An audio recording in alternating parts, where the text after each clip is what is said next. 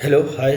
कैसे हैं आप सभी? गुड मॉर्निंग, सलाम, आदाब, सत श्री अकाल। जैसा कि अभी स्टेट ने आंसर की अपना जारी किया है ना, पेपर 1 और पेपर 2 के लिए जो 2025 बिहार स्टेट का एग्ज़ाम हुआ है ना। तो इसमें बहुत सारे अभ्यर्थी परेशान भी हैं, इंक्लूडिंग मी। मैं भी परेशान हूँ, है ना। मुझे कुछ बात कहनी है स्टेट से रिलेटेड। अगर ये वीडियो अगर जो भी हमारे परीक्षा के आयोजक हैं स्टेट जो ये करा रहे हैं, अब मैं क्या ही नाम बताऊँ, इतना ही काफ़ी है इतना कहना। और फिर ये भी है कि टीसीएस ने इसे ऑर्गेनाइज कराया, दिखाया, कंडक्ट कराया, स्टेट ने ऑर्गेनाइज कराया।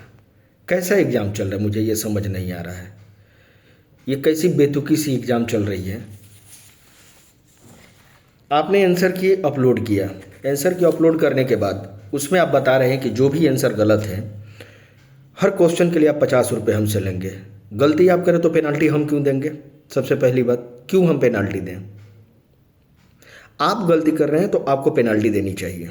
हर एक बच्चे के अकाउंट में जाना चाहिए आपके तरफ से पैसा। और 50 रुपये नहीं, हर क्वेश्चन के 5,000 रुपये फाइन लगने चाहिए आप पे। हर क्वेश्चन के 5,000 रुपये लगने चाहिए आप पे फाइन। किसी की कैरियर के साथ, किसी के मानसिक संतुलन के साथ आप खिलवाड़ कर रहे हैं। मजाक चल रहा है ये?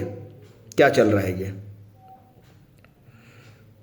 मैंने स्टेट का पेपर दिया हूँ मैं, ठीक। स्टेट का पेपर देने के बाद मुझे ये दिख रहा है कि पेपर 2 में ही अगर मैं बात करूँ, सिर्फ पेपर 2 में मैं बात करूँ, ये मैं पूरी डेटा लेकर के बैठा हूँ, पूरी डेटा, एक एक क्वेश्चन का एनालिसिस करके मैं बैठा हूँ, ठीक। तो मैं इस पूरी डेटा में ये देख रहा हूँ कि क्वेश्चन नंबर मैथ्स से मैंने दिया हुआ था, क्वेश्चन नंबर 9, 15, 29, 32, 45, 47, 52 नंबर सवाल में अलग अलग डेटा अलग अलग बातें कहते हैं, ठीक है। उसको सस्पेंशन में ही रखो। 79, 87, 129 और 139 क्वेश्चन नंबर, मैंने सारे क्वेश्चन नंबर ये बता दिए, ठीक है। ये सब के सब आपके आंसर गलत हैं और मेरे आंसर सही हैं। तो ये लापरवाही क्यों हो रही है? ये लापरवाही मेरे सिर्फ इतना आयोग से मेरा पूछना है कि क्यों ये लापरवाही हो रही है, पहली बात। दूसरी बात ये कि जब गलती आपने किया है तो खामियाजा आप भुगतेंगे या मैं आपको बताऊंगा?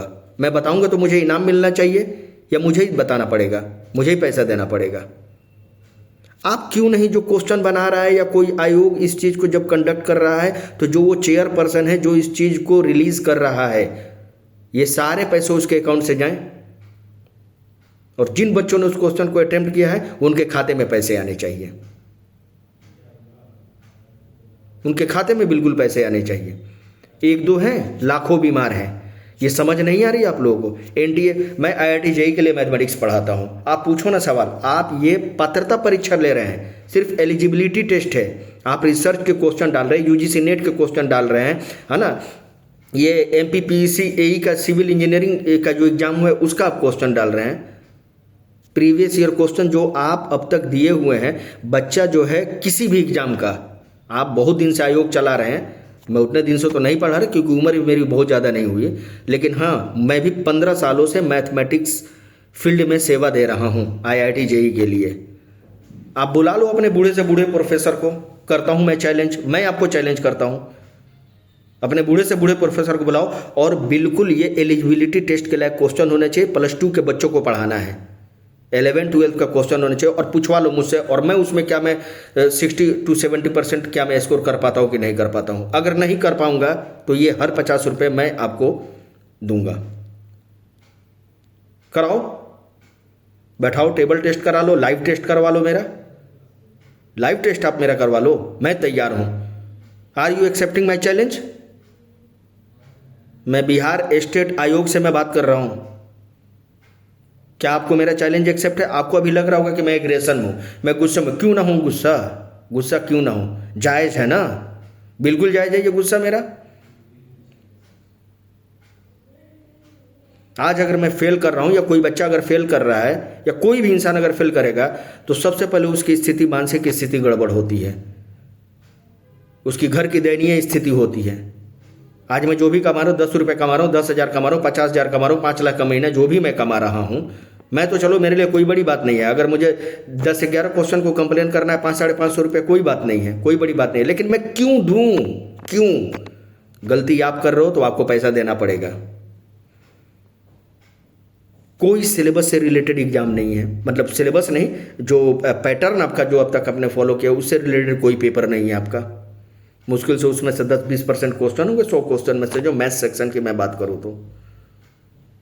बाकी सारे सवाल इधर उधर से आप उठा करके। मैं ये नहीं कह रहा कि आपके क्वेश्चन बिल्कुल बेबुनियाद है, आपके क्वेश्चन सिलेबस के अकॉर्डिंग नहीं है। मैं ये कह रहा कि जो बच्चे जिस पेपर को आपने अब तक फॉलो किया है उस तरह के पैटर्न को वो फॉलो करके एग्जाम देते हैं, या फिर कोई मॉडल पेपर वगैरह इस तरह अपलोड किया गया रहता। 10 मॉक टेस्ट अगर आप अपलोड कर देते कि इस तरह का 5 मॉक टेस्ट आप अपलोड कर देते अपने वेबसाइट पे,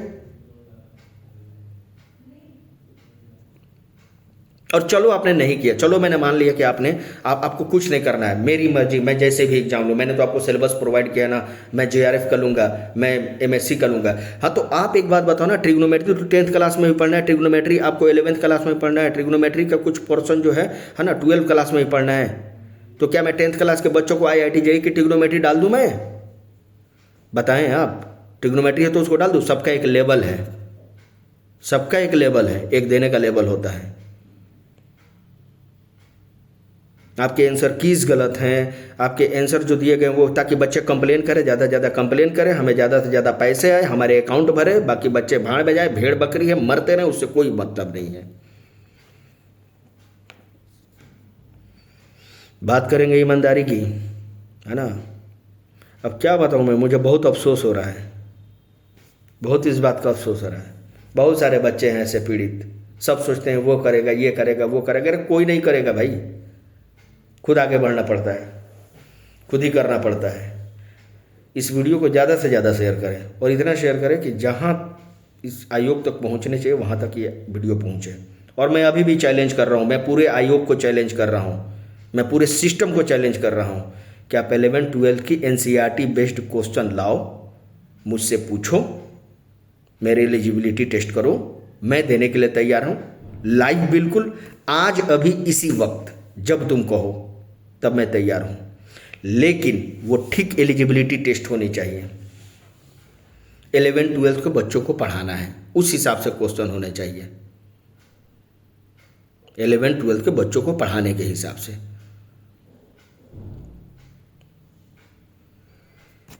सारा मैं दूध का दूध पानी का पानी कर दूंगा। अभी मैं क्या 15 सालों से यहाँ पे ओल पे माटी चढ़ा रहा हूँ? मैं क्या कर रहा हूँ? मैं पढ़ा ही रहा हूँ मैं भी।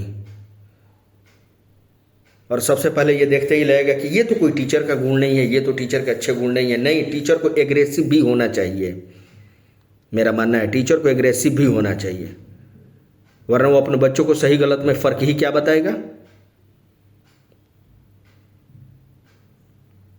सबको अपने बैच बेचने की तैयारी लगी हुई है, सब अपने बैच बेचने के चक्कर में है कि ये छोड़ दो, ये बैच खरीद लो, ये अब ये तैयारी करो, वो तैयारी करो, सब मिली भगत चल रही है।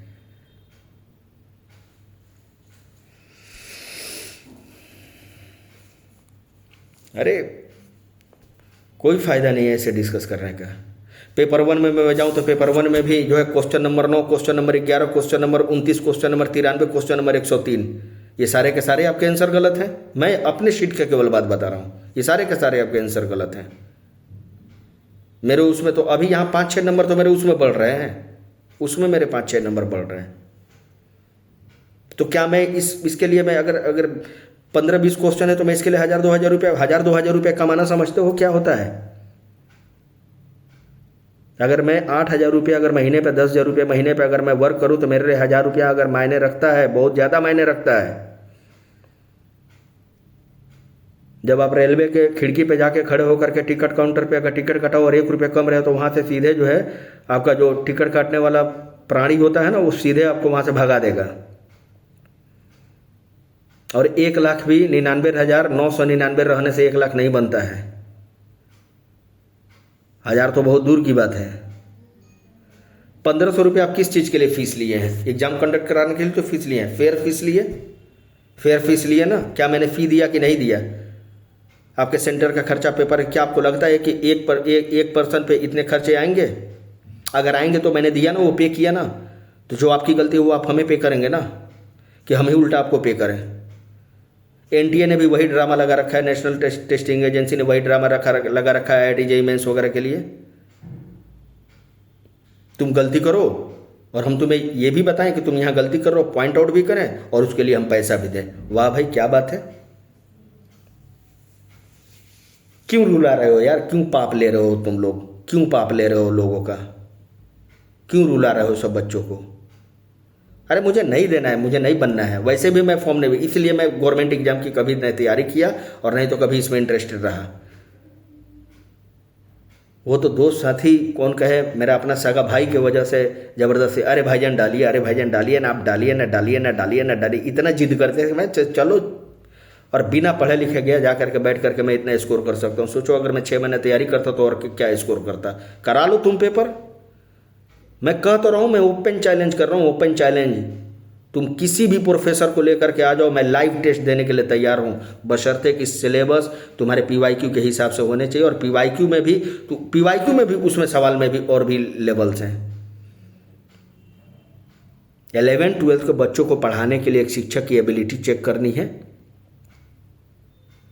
और तुम अगर कंफर्म कर रहे हो कि मैं NCERT के ही दिए गए ऑप्शन या उसकी बातों को ही कंफर्म मानूंगा, NCERT को, तो सवाल भी वहीं से होने चाहिए, उसी लेवल से होने चाहिए मैथ्स सेक्शन के सवाल।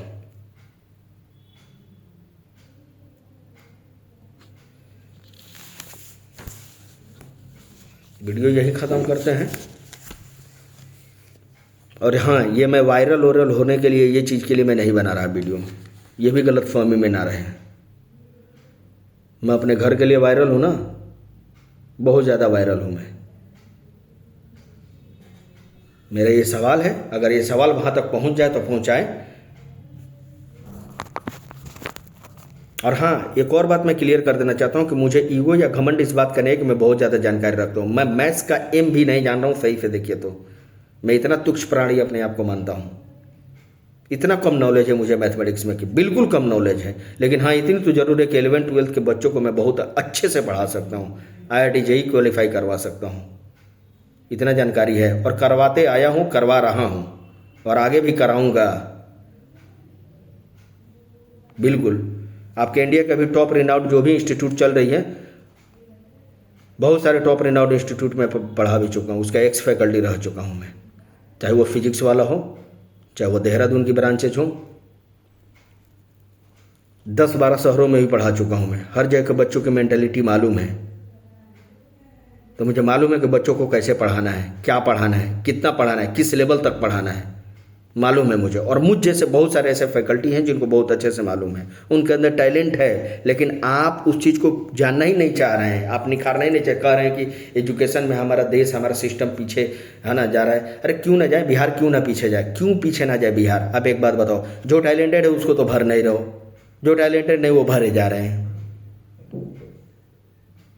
आपने तो एक बाउंड्री लगा दिया है, कागज़ का टुकड़ा एक लगा दिया है कि इसका BEd होना चाहिए, इसका MSc होना चाहिए, ये होना चाहिए, वो होना चाहिए, 77 ये डिग्रियाँ ही होनी चाहिए, ये वेरिफिकेशन, वो वेरिफिकेशन। अरे भाई उसका नॉलेज टेस्ट करो ना, अगर चाहते हो रियली में डेवलपमेंट तो उसका नॉलेज टेस्ट करो, बढ़िया से ये चीज़ करो, उसको क्लास दे करके देखो, लेक्चर डिलीवरी उसकी देखो, उसको अगर तुम्हें पात्रता टेस्ट ही कराना है उसके लेक्चर डिलीवरी देखो कि क्या वो अपनी बातें, वो टॉपिक क्या उस चीज़ को सही से डिस्कस कर पा रहा है कि नहीं कर पा रहा है। और बच्चे किस लेवल के क्रॉस क्वेश्चन कर सकते हैं, तुम डेमो में बैठो और बच्चे किस लेवल के क्रॉस क्वेश्चन कर सकते हैं, उसी बच्चे के लेवल के हिसाब का क्रॉस क्वेश्चन तुम कर करके देखो, और तब देखो कि सामने वाला बंदा उस चीज़ को डिस्कस कर पा रहा है सही से कि नहीं कर पा रहा है। मैं बताता हूँ ना क्राइटेरिया, मुझे शामिल करो अपने पैनल में, मैं बता रहा हूँ क्या कर रहे हैं। किसी को आने की जरूरत नहीं है, मैं खुद अकेले देख लूंगा। दिमाग खराब करके रख दिया है एकदम इन लोगों ने। जय हिंद, जय भारत।